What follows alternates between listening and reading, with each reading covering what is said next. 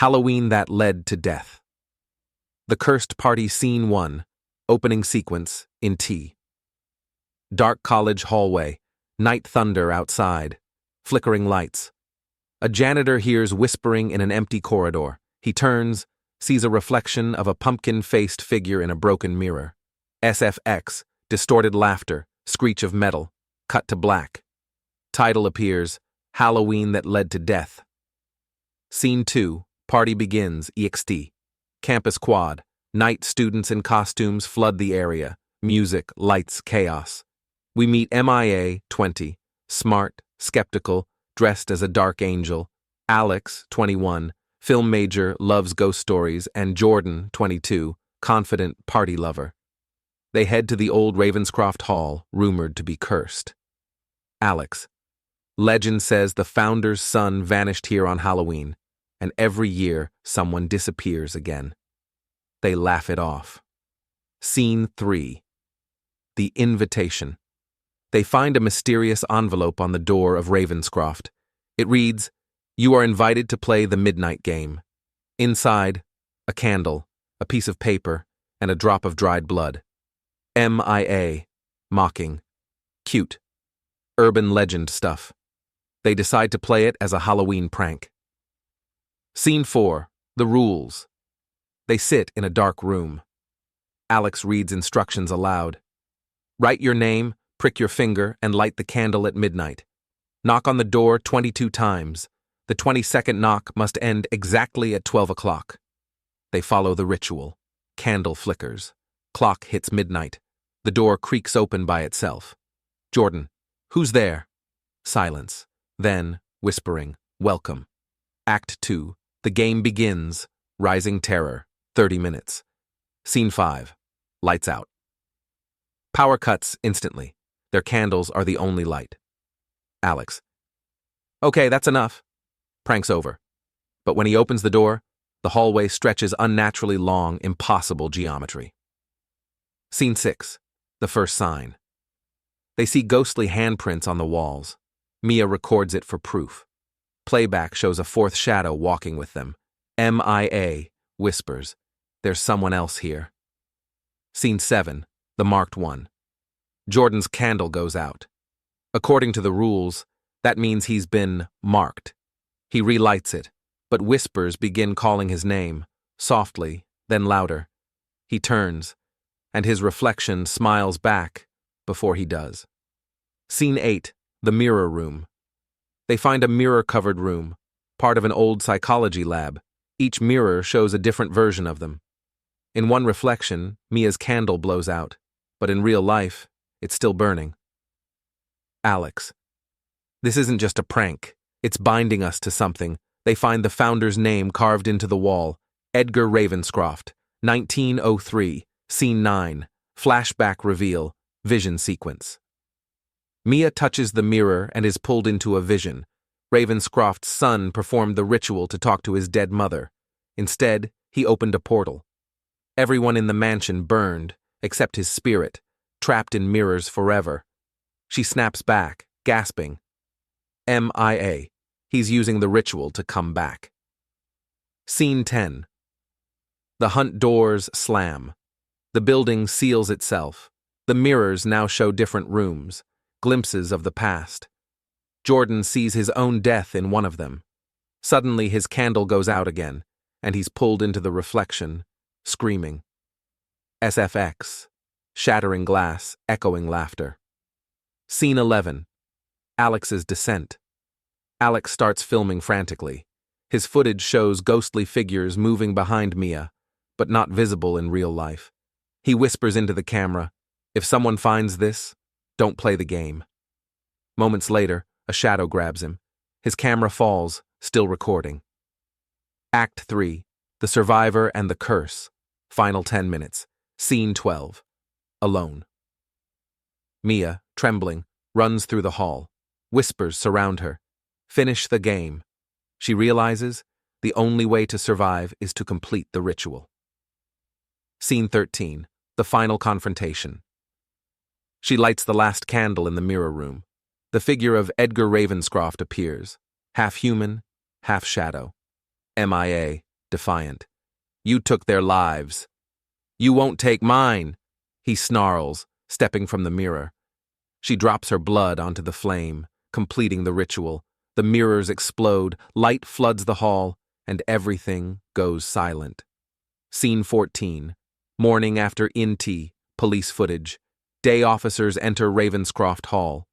Only Mia is found, unconscious, surrounded by broken glass and extinguished candles. Officer. She's the only one left. She wakes up whispering, "The mirrors are still watching." Camera pans to a cracked mirror in the corner, a faint reflection of Alex and Jordan standing behind her. Fade in, ext, Ravenwood College, night. The wind howls, Halloween decorations flutter along empty paths. A janitor wheels a mop bucket through a dim corridor.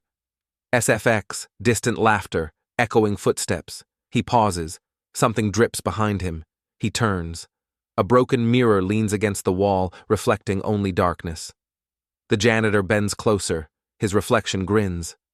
Janitor whispers, "What the—" The reflection reaches out and pulls him in. The mirror shatters. Cut to black. Title card. Halloween that led to death into College Quad. Night, loud party music. Lights flash. Costumes everywhere. 3 friends enter, laughing. MIA 20. Dark angel costume, intelligent eyes, skeptical tone. Alex 21. Film student, camera slung around his neck. Jordan 22. Confident, loud, the heart of the group. They carry drinks, weaving through the crowd. MIA. I still can't believe they reopened Ravenscroft Hall after last year. Alex, filming. That's why we're here. The best stories happen where people disappear. Jordan. Yeah, until we end up in the story. They laugh, but the camera catches something strange. Behind them, a faint shadow figure watching. INT. Ravenscroft Hall, night. The trio enters an old wing of the campus, decorated for a haunted night. The music fades behind them. Alex. It's weirdly quiet in here. Jordan. It's a college. Everything's weird after midnight.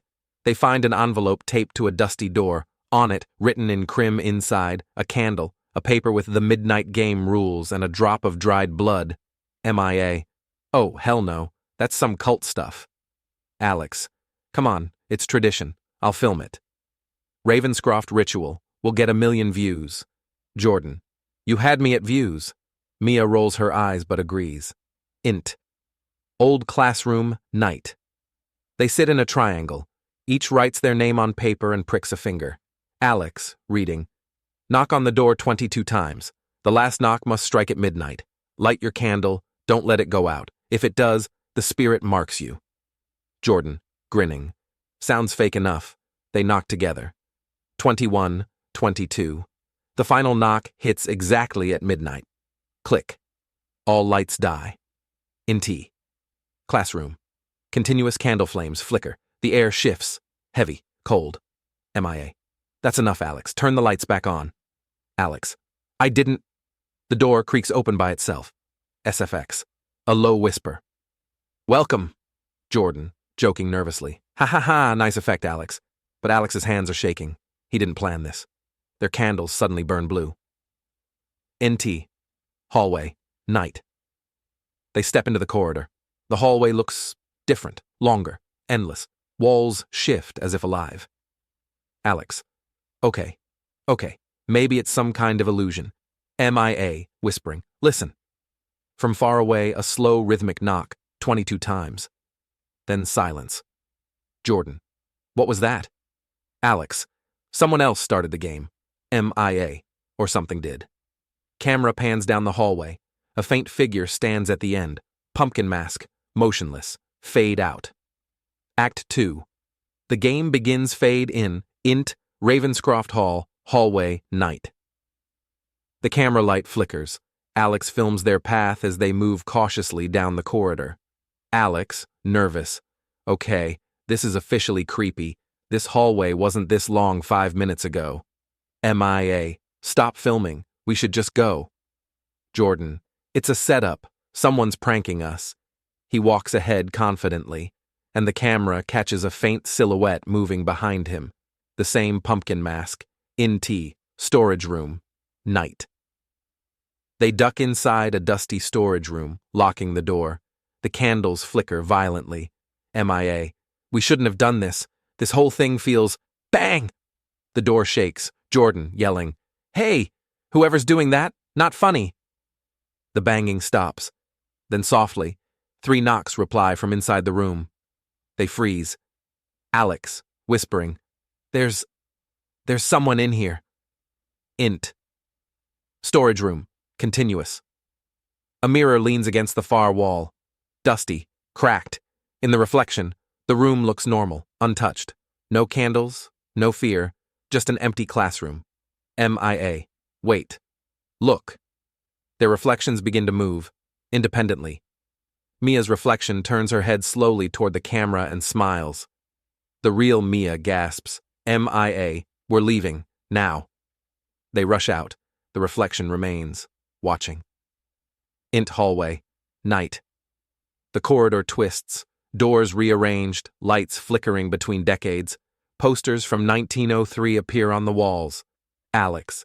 It's like time's collapsing in here. MIA. No, it's the game. We invited something in. They stop when they hear soft humming, a child's lullaby. The voice grows louder. From the end of the hall, a little boy in Victorian clothes appears. He's holding a melted candle. Boy, whispers, "You have to finish it, before he finds you." Jordan. Before who? The boy looks behind him, terrified, and vanishes. Int. Old lecture room. Night. They find a journal on a dusty desk, Ravenscroft's journal, written in elegant old script. Alex, reading. On All Hallows' Eve I opened the door to the afterlife. But the spirit that answered was not my mother. He wears a pumpkin for a head. The Devil's Harvester. Mia flips the page. Drawings of a figure with hollow eyes and a stitched mouth.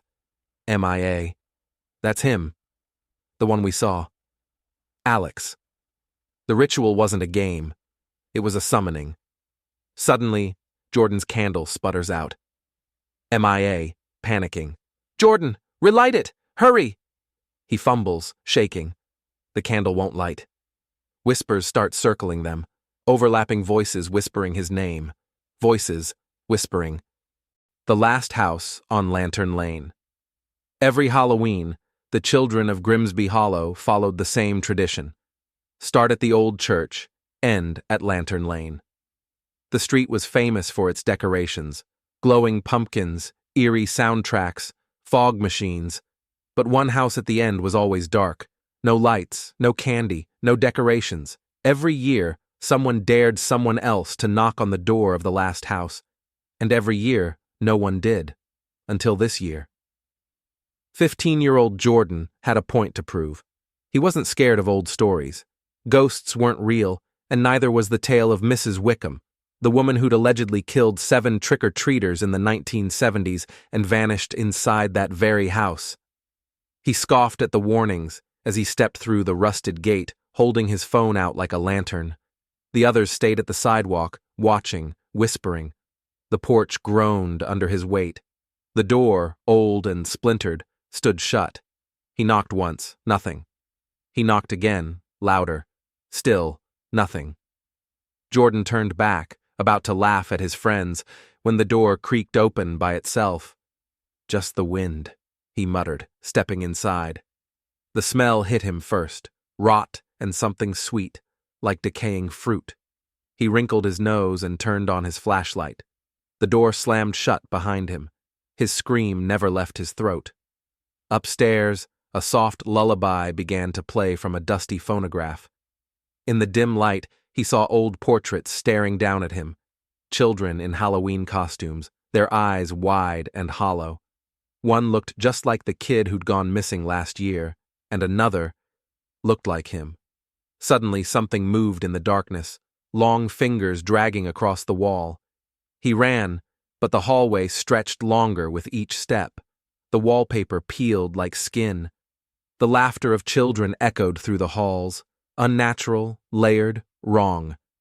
Then he saw her. Mrs. Wickham, white eyes, no mouth, holding a candy bowl filled with teeth. "You came," she whispered without moving her lips. "Trick." Jordan's scream finally escaped, but it was swallowed by the house. Outside, his friends waited. After 5 minutes, they assumed it was a prank. After 10, they went home. By morning, the house was boarded up again, and a new photo hung in the hallway inside. Jordan, dressed in his skeleton costume, eyes wide and hollow, waiting for the next knock. "Welcome to the collection." The next morning, Grimsby Hollow buzzed with Halloween hangover chatter, leftover candy, costume talk, neighborhood gossip. But Jordan's name was missing from the conversation. His parents thought he stayed at a friend's. His friends thought he went home early. No one noticed until the sun began to set again and his bed remained empty. By then, it was too late. That night, Mia, Jordan's best friend and maybe more, walked back to Lantern Lane. She couldn't shake the feeling. Something was wrong. Her flashlight barely cut through the mist curling across the street. The house at the end, the one no one dared approach, now had a porch light on. That had never happened before. The moment she stepped toward it, her breath grew cold. Her flashlight flickered. Still, she moved forward, calling Jordan's name. No answer. She climbed the porch steps and saw something that made her stomach twist. A small, plastic skeleton mask on the doormat. Jordan's mask. She picked it up with shaking hands. The door opened before she could knock. Inside, the house was different than the others on the block, frozen in another time. Wallpaper from the 1940s, rotting lace curtains, broken toys on the floor. And yet, everything looked disturbingly clean, preserved, like a museum no one visited. Then she heard the voice. "Are you here for the party?" Mia spun around. A girl, maybe 10 years old, stood in the hallway. Dressed like Little Red Riding Hood, her face was pale as paper. Her eyes were entirely black. Mia stumbled back. "Who? What are you?" The girl giggled. "I'm part of the collection." Footsteps thudded upstairs, then more laughter. Low, hollow, echoing like it came from inside the walls. Portraits lined the hallway, children in costumes, each with blank eyes, all looking straight at her. Mia saw Jordan's face among them. She screamed and ran, but the house shifted again, the way it had for him. Hallways looped, stairs led back to the same landing, and every door opened to a room with no windows. Eventually, she ended up in what looked like a playroom. But the toys inside were wrong. Dolls made of real hair, blocks with teeth, a jack-in-the-box that creaked without turning. In the center of the room was a trunk, moving ever so slightly. Mia approached it, shaking. She knelt down and opened it. Inside, gasping for air, was a boy no older than 7, his mouth sewn shut with thread, his eyes pleading. Mia screamed again, but behind her came the low creak of the floorboards and a whisper like a blade. "Too late, she's here." Mrs. Wickham stood in the doorway, taller than human, her fingers dragging on the ground. Her face was stretched into a permanent grin now, stitched at the corners. Her mouth opened far too wide. "You brought yourself," she said. "That's rare. Let me show you the others." Suddenly, hands, small, cold, doll-like, burst from the walls, grabbing Mia, pulling her into the floorboards. The last thing she saw was Jordan standing in the hallway, mouth agape, unmoving.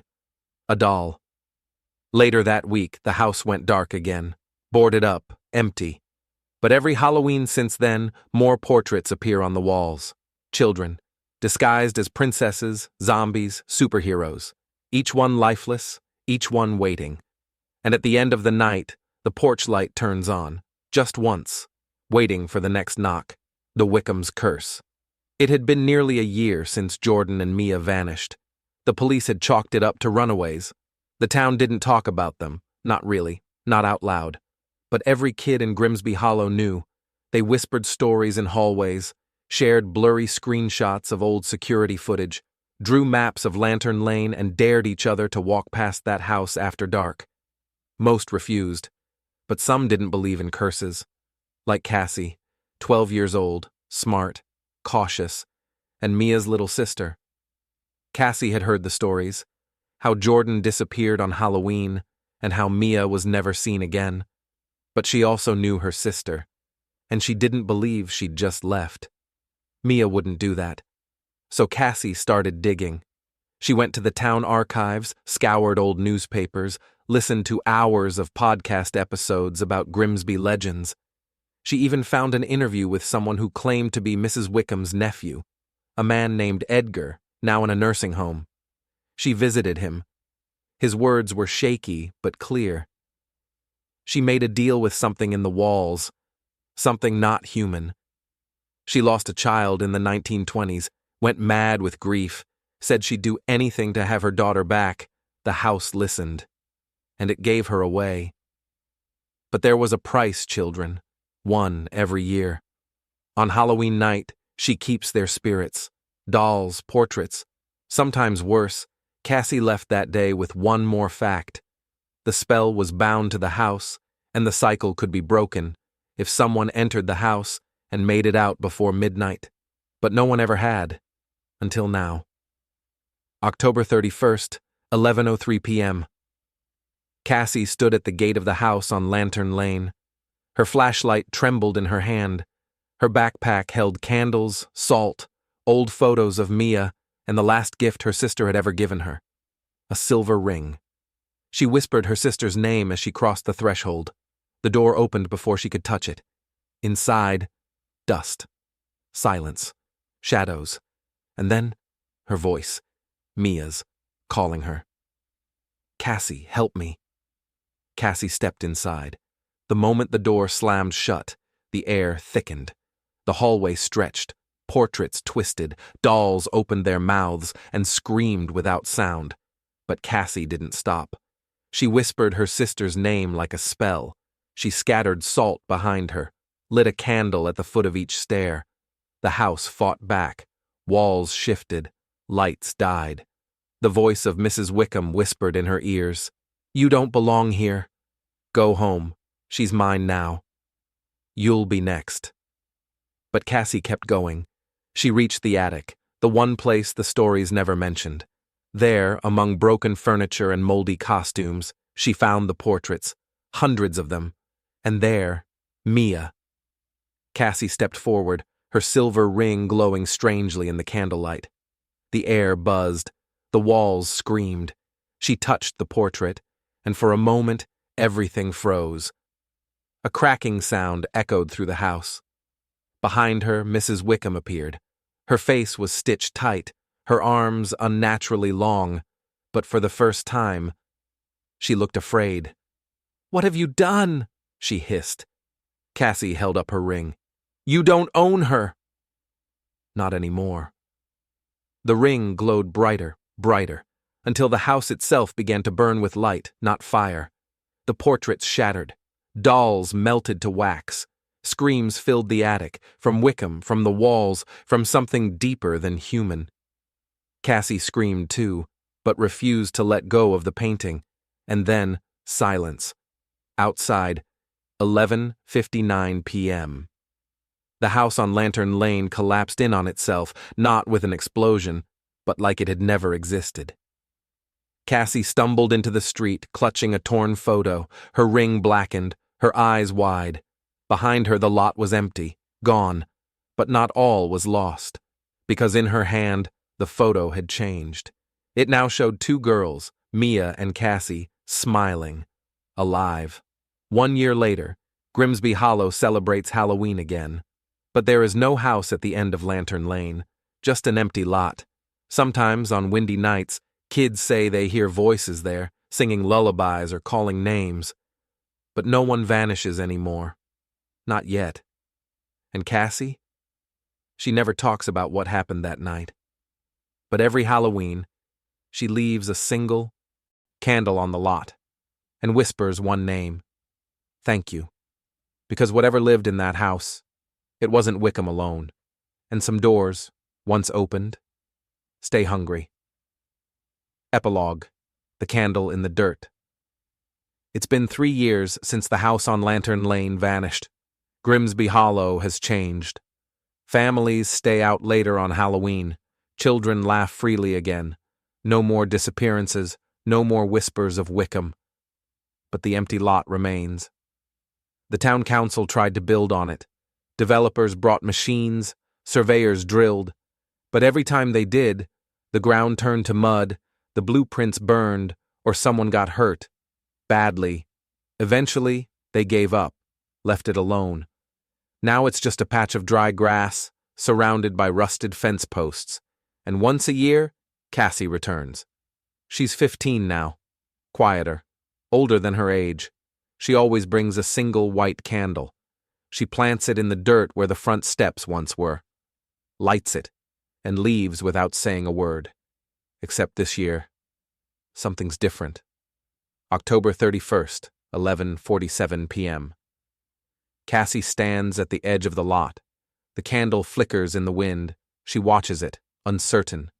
Then she hears it. Not a voice, not a scream, but a laugh. Soft, childlike, faintly echoing beneath the earth.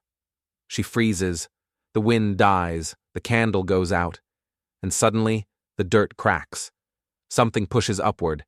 Cassie stumbles back as a small porcelain hand punches through the ground, followed by another.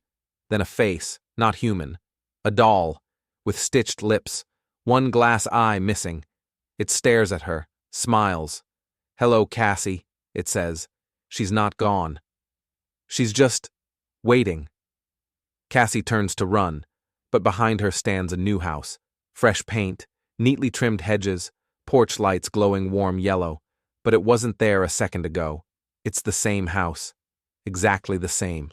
Rebuilt, like it never left. And the front door is wide open.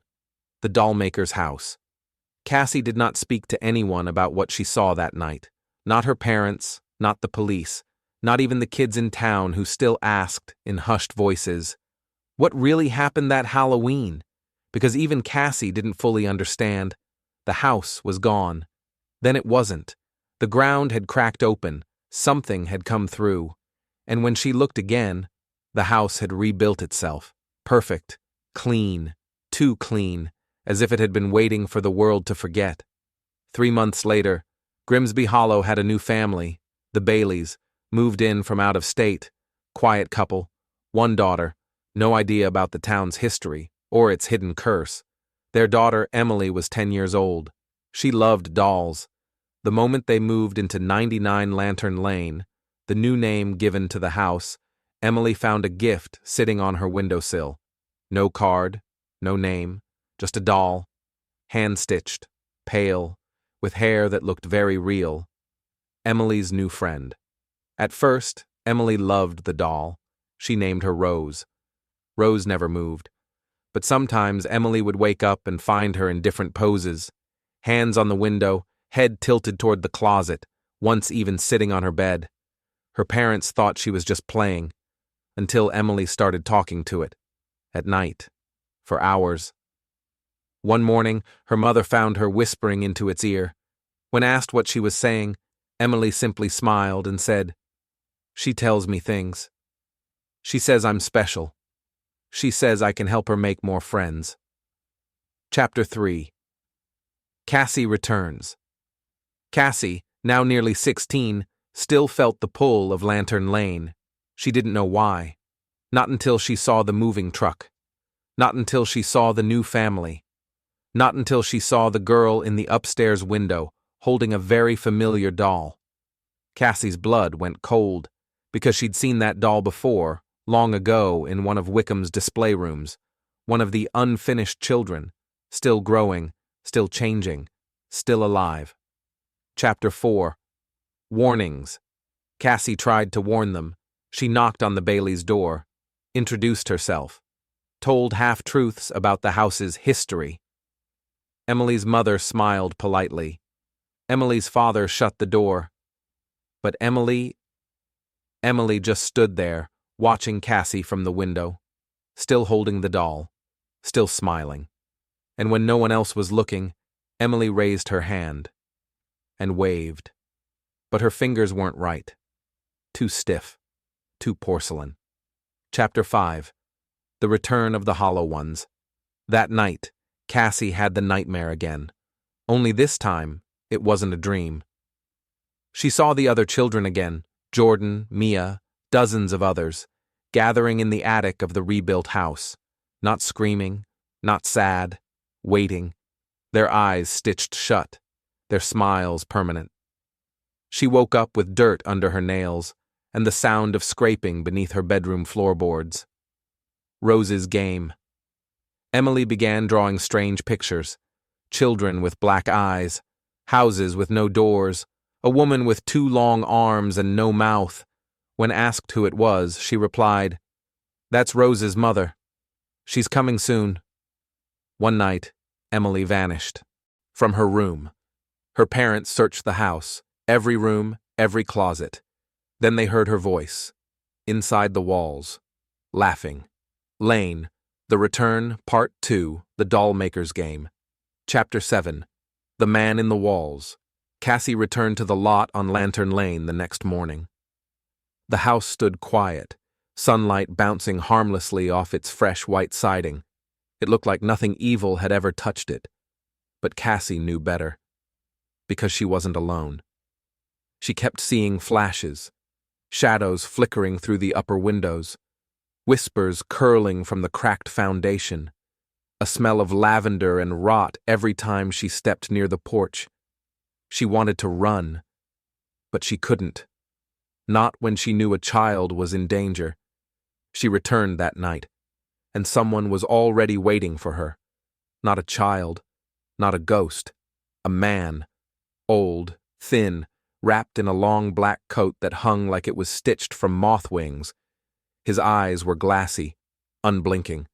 His mouth was too wide, and when he smiled, it never reached his eyes. He stood beside the rusted gate and said, "The doll maker has returned." "You're late." Cassie froze. "Who are you?" He tilted his head. Something creaked in his neck. "I am what Wickham feared. What she tried to serve, but failed to contain.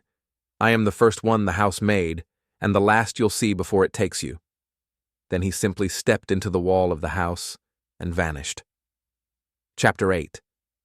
The game begins. At exactly midnight, the porch light flicked on.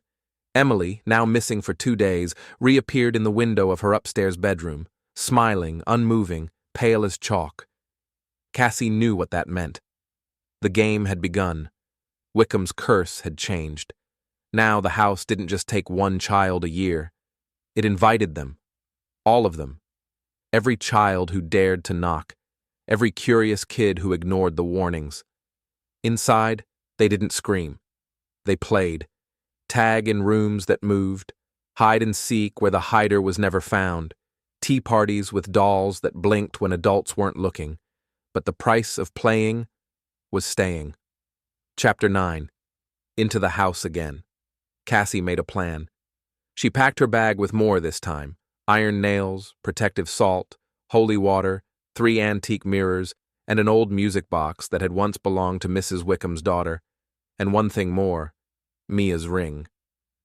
She stepped into the house on November 1st, hoping the curse was weaker then. It wasn't. The door vanished behind her the moment she crossed the threshold. Inside, the house was alive. The walls breathed. The chandeliers dripped black wax.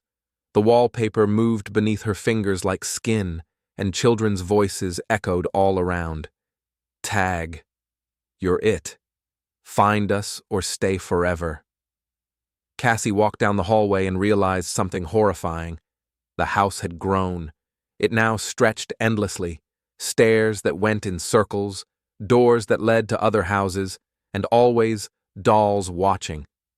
Every time she passed a mirror, her reflection looked more like them. Stitched mouth, hollow eyes, porcelain skin. She was becoming part of the game. Unless she found Emily before sunrise, they both would be. Chapter 10. The doll maker revealed.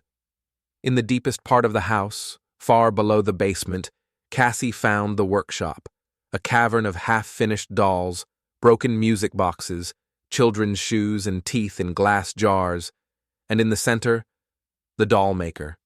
Not human, not even close. It wore a face that changed with every blink. Mother, child, priest, clown, teacher, friend. It whispered in a dozen voices. Its hands were made of thread and scissors, and in its arms was Emily. "She's almost ready," it whispered, sewing a final stitch into the child's neck. Cassie screamed and charged. The house shook. The walls wept. Mirrors cracked. She threw Mia's ring into the doll-maker's chest, and light exploded from within it. The doll-maker shrieked, its illusions burning away to reveal its true form, a headless marionette pulled by invisible strings from above the house. And Emily, gasping, woke up, just before the floor gave way beneath them all. Chapter 11. Escape from the Game. Cassie grabbed Emily and ran. Behind them, the workshop collapsed. The dolls screamed. The lights died. The house folded in on itself again, but this time, fighting to stay whole. The voices cried, "Don't leave. Play one more round. We can make you perfect." They barely reached the front hallway when the dollmaker's voice boomed one final time. "I can wait, Cassie. You will come back. They always do." She kicked the door open, and the two girls tumbled onto the street, just as the house vanished behind them once more. But the porch light remained, floating, flickering, like a lighthouse for lost souls. Epilogue. The ones who remember Emily never spoke about what she saw inside, but sometimes she wakes screaming from dreams of string-covered ceilings and doll eyes that blink in unison. Cassie still carries Mia's ring, still lights a candle each year. But now, she's not alone, because children across the country are whispering about houses that appear overnight, homes that no one built, houses that invite you to play, and somewhere in the dark, the doll maker still waits. Scissors ready, needle threaded, game in progress. Origins. Book 3. The Birth of the Doll Maker. Prologue. Before the house, long before Grimsby Hollow existed, before the roads were paved, before the land was named, there was forest, and in that forest there was a clearing, and in that clearing there was something buried. Not a body, not treasure, but something far worse. A mirror, wrapped in chains, drenched in salt, surrounded by bones of small animals, some human. A mirror that was not glass, but skin stretched thin. A mirror that reflected things that hadn't happened yet. And in 1694, a girl named Elizabeth Wickham found it. Chapter 1. The First Stitch. Elizabeth was only 10 years old. She was curious, lonely, strange. She spent her days talking to insects, collecting broken toys, and sewing dolls from twigs and fur. Everyone in the village whispered that she was cursed. They weren't entirely wrong, because when she found the mirror, it spoke to her. You don't have to be alone. You can make them love you. Just sew them back together. She brought it home, hid it in the attic, and that night her little brother, Thomas, vanished. All she found was his skin, folded neatly at the foot of the bed, and a new doll on her pillow, sewn perfectly, with Thomas's green button eyes. The villagers burned her house the next day, but Elizabeth didn't die. She disappeared, and in her place, the doll maker was born. Chapter 2. The living house centuries passed. The land changed hands. The village became a town. Roads were built, power lines installed, but the clearing remained untouched. Even trees refused to grow there, until 1879. That's when a traveling merchant named Isaac Greaves built a house on the land, right in the center of the clearing. 3 weeks after moving in, his wife killed him with a fire iron and threw herself down the well. The house sat empty, but not forgotten, because children began having nightmares, and toys began talking, and people walking past the lot began hearing a music box playing, even when no one was there. The house had become aware. It had absorbed Elizabeth's pain, her magic, and her bargain. It was now a body, and the doll maker lived inside it. The first Lantern Lane child. In 1925, the town named the new road Lantern Lane because children swore the street lamps only turned on when someone was watching. That same year, the first documented child disappeared. Her name was Sadie Bloom, 7 years old, last seen walking up the steps of the house at the end of the lane, dared by her older brother on Halloween night. He watched her knock. He swore he never blinked. But in one instant, she vanished. The door never opened, and in her place, on the front porch, sat a small doll in a flower print dress, with Sadie's exact braid sewn into its scalp. No one could prove anything. So they boarded up the house. But every Halloween after that, one child vanished, and every year the house grew. One more room, one more hallway, one more mouth to feed. Chapter 4. The Pact. In 1943, a widow moved into the house. Her name, Mrs. Elizabeth Wickham, older now, much older than she should have been, but untouched by time. She claimed she wanted to help grieving parents, to comfort children who had lost their way. She gave away dolls. She ran a toy shop from the parlor. She hosted games in the house, and no one ever questioned her, until the games turned into rituals, and the dolls began speaking, and the portraits on the walls began to move. By 1971, 7 children were confirmed missing, all last seen at Wickham's Halloween parties. The town tried to arrest her, but she vanished. All that remained was a note on her dresser. The house must be fed. The doll maker lives now. I only held the needle. Chapter 5. The doll maker's true name. There's a name older than Wickham. A name carved into the beams of the house's foundation. A name scratched behind mirrors and burned into the teeth of the dolls. A name never meant to be spoken aloud. Because if you say it, the walls will hear, the house will awaken, and the doll maker will know you're ready to play. Its true name is Velkara, a forgotten spirit from before stories had words, the god of inversion who turns joy to pain, children to objects, life to display. Wickham made a deal with it. But Cassie's breaking it, or trying to, because Velkara is patient. It doesn't want just one house. It wants every house. Epilogue. The candle burns out. Cassie wakes up in her bed. It's not Halloween. The house is gone. Emily's safe. But on her nightstand sits a doll she didn't make. It looks like her, and its lips are moving. The game isn't over, Cassie. You opened the door. Now it's your turn to build the next house. The houses are spreading. Prologue, a doll in every home. It started small. A little girl in Ohio found a hand-stitched doll on her doorstep. A boy in Tokyo dreamed of a house that didn't exist, until he walked past it the next day. A newborn in Sweden vanished from her crib, and in her place was a perfectly made porcelain figurine, swaddled in pink cloth, its eyes made of frozen tears. No one connected the dots.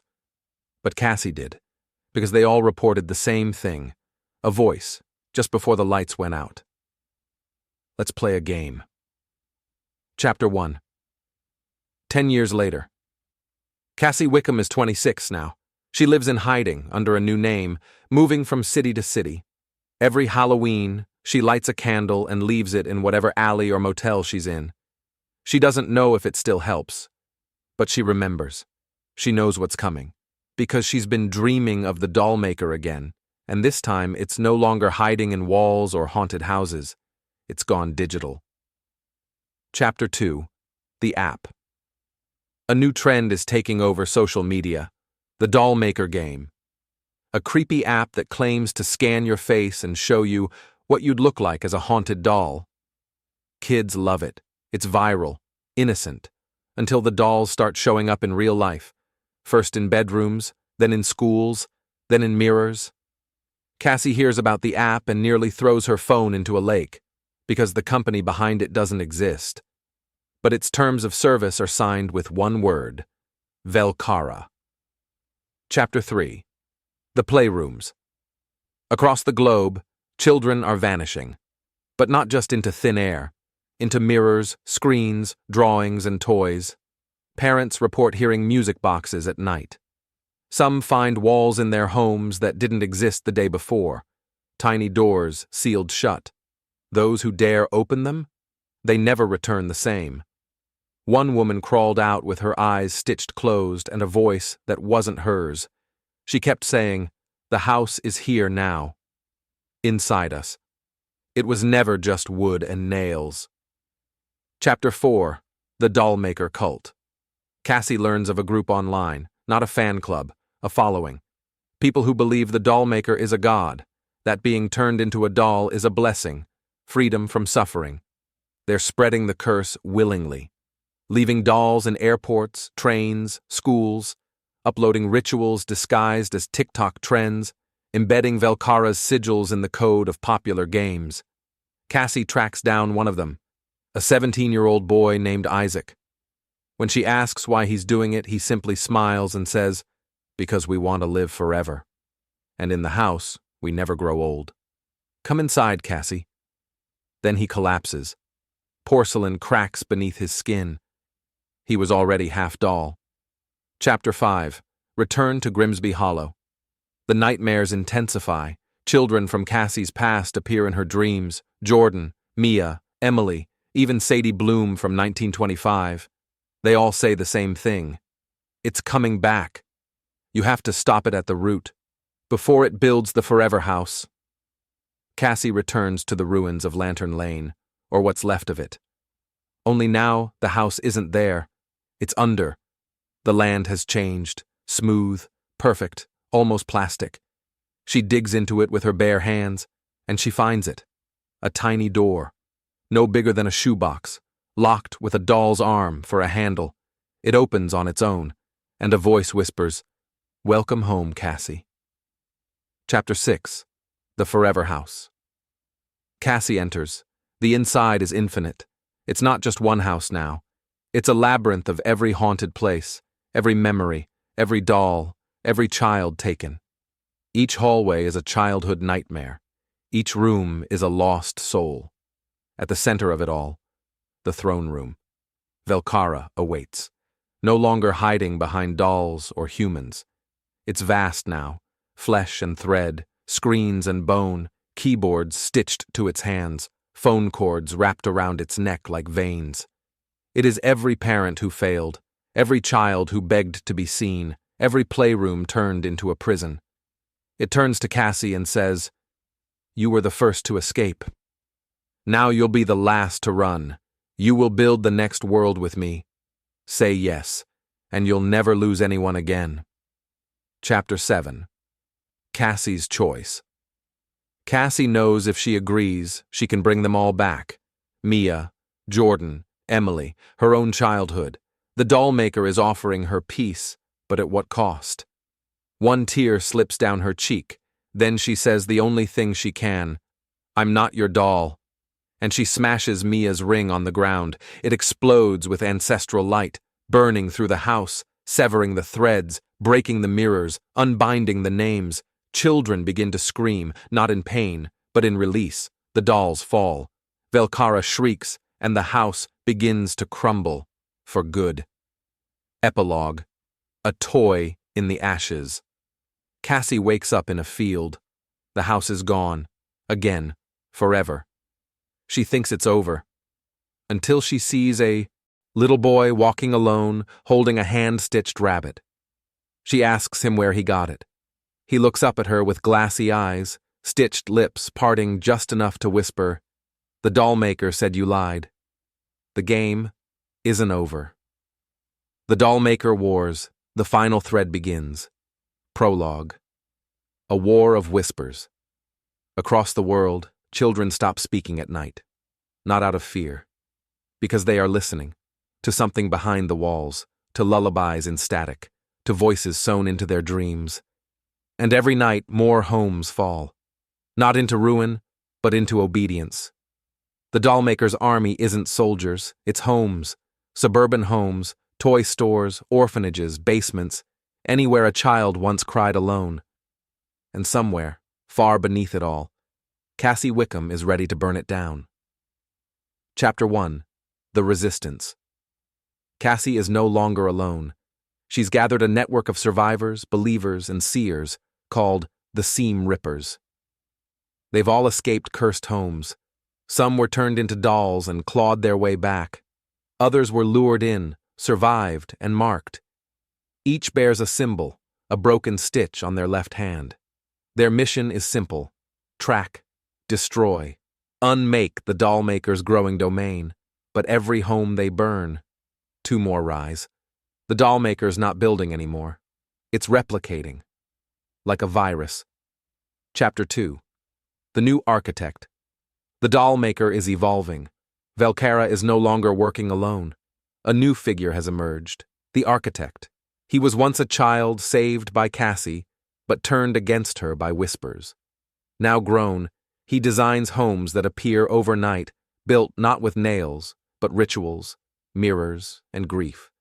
And he has one purpose: to finish the forever house, not a home, a city, an entire network of living spaces, connected through walls, screens, tunnels, and trauma. Once complete, no child will ever leave again. Chapter 3. The 13th Key.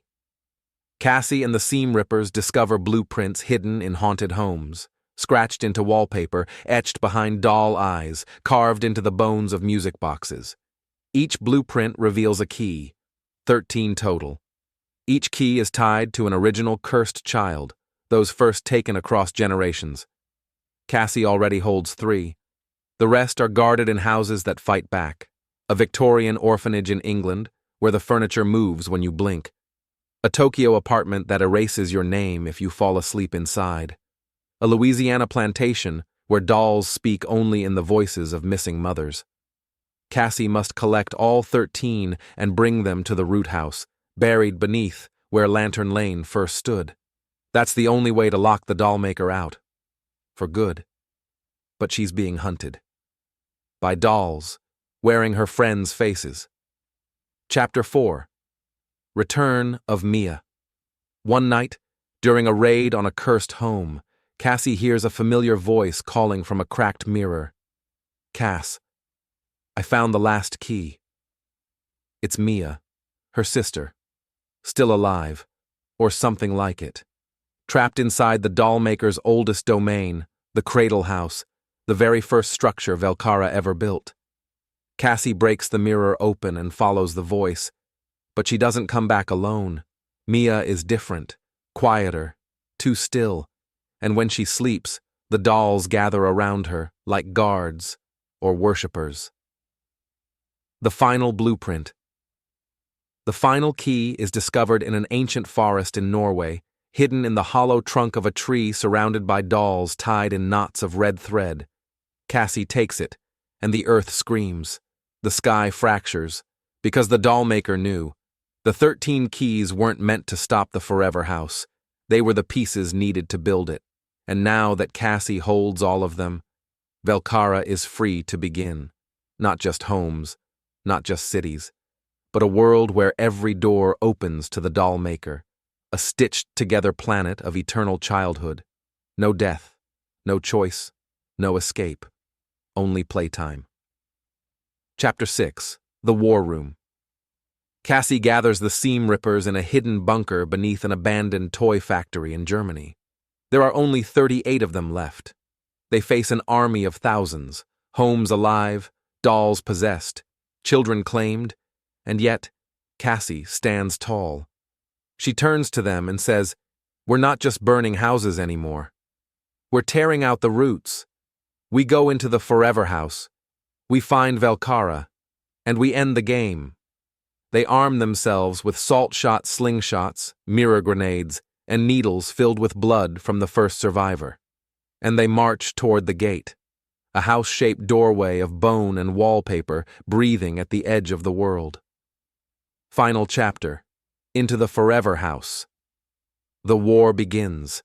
Inside, reality bends. The Seam Rippers are tested, each by their own past. Rooms become memories.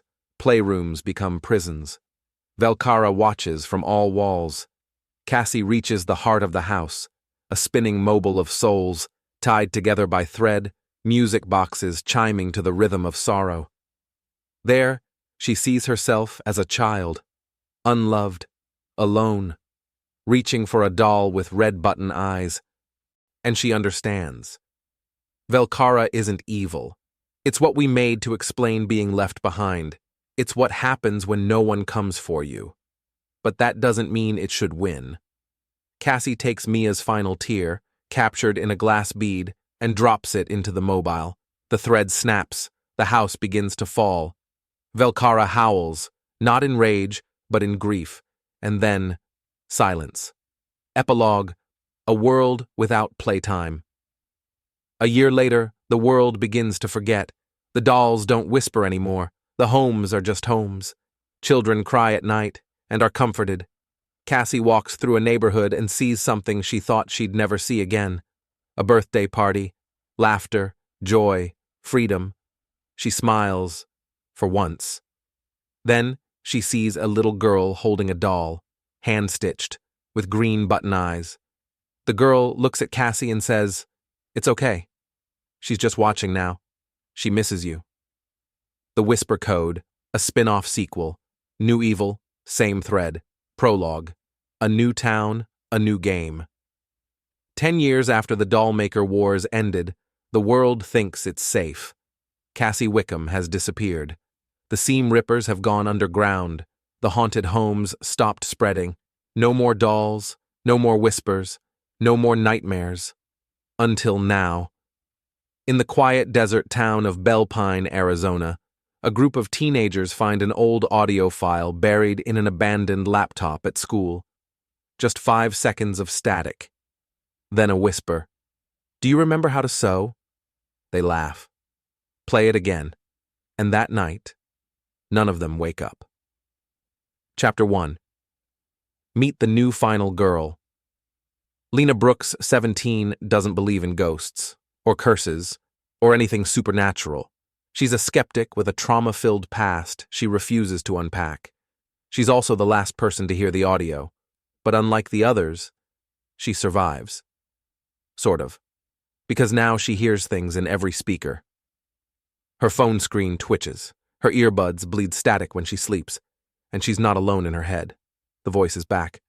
The dollmaker is gone. But I remained, I am the thread beneath language. And you are my next mouth. Chapter 2. Whisper.exe. It's not a doll this time. It's not a haunted house. It's a virus, not digital, linguistic. The file, whisper.exe, spreads through texts, memes, recordings, anything that passes through sound or code. Each time it plays, the listener is stitched, not physically but mentally, their memories rearranged, their fears sharpened, their minds repurposed. They call it thread casting, and it's happening everywhere. Only one person has seen it before. Chapter 3. The Return of Cassie Wickham. Lena finds her, older, bitter, broken. Cassie lives in a trailer surrounded by cassette tapes, EMF readers, and walls covered in silent typewriters. She refuses to speak at first, until Lena plays the whisper again. Cassie goes white. That's not Velkara. Not exactly, it's what was left of it. The thread. It's trying to rebuild, not in bodies, in brains, and if it succeeds, you won't know you're part of it. Because you'll think you always were. Chapter 4. Thread Eaters. Some people are immune to the whisper, rare, broken, dangerous. They're called thread eaters. Lena is one of them. So is Cassie. And a few others, all former survivors from the Dollmaker War, altered by their time inside the Forever House. They form a new resistance.